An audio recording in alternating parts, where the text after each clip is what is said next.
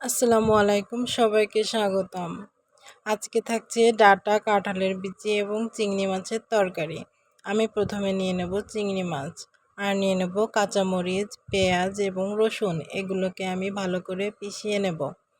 এবার আমি দিয়ে দেব কড়াইয়ে তেল গরম হয়ে গেলে দিয়ে দেব তাতে চিংড়ি মাছগুলো এবং মশলা, লবণ, হলুদ পরিমাণ মতো দিয়ে এবার আমি এগুলোকে নাড়াচাড়া করে একটুখানি ভেজে নেব।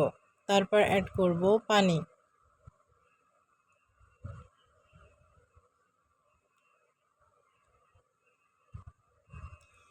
পানি দিয়ে একটু জাল করে নেওয়ার পর মাছ কষিয়ে নিয়ে এবার আমি এটি নামিয়ে নেব। পাশে কেটে রেখেছি কাঁঠালের বিচি এবং একটি আলু, এভাবে করে কেটে নিতে হবে। আর নিয়ে নেব বাড়িতে লাগানো ডাঁটাগুলোকে আমি এভাবে করে কেটে নিয়েছি। মাছ উঠিয়ে নেওয়ার পর বাকি মশলাতে অ্যাড করব আমি কাঁঠালের বিচি এবং আলু এবং কেটে রাখা ডাঁটা। এগুলোকে আমি ভালো করে নাড়াচাড়া করে মশলার সঙ্গে মিশিয়ে নেব।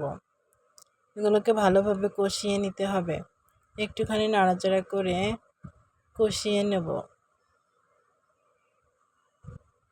তারপর আমি ঢাকনা দিয়ে ঢেকে দেব।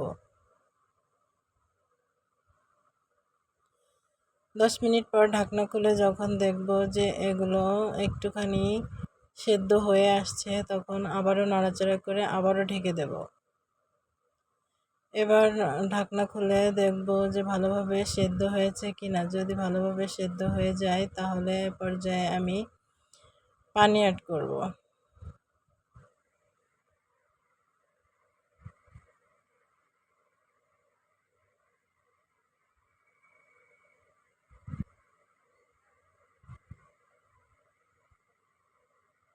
খুব বেশি পানি অ্যাড করা যাবে না, পরিমাণ মতো পানি অ্যাড করতে হবে, যেহেতু কষানোর সময় ভালোভাবে সেদ্ধ হয়ে গেছে।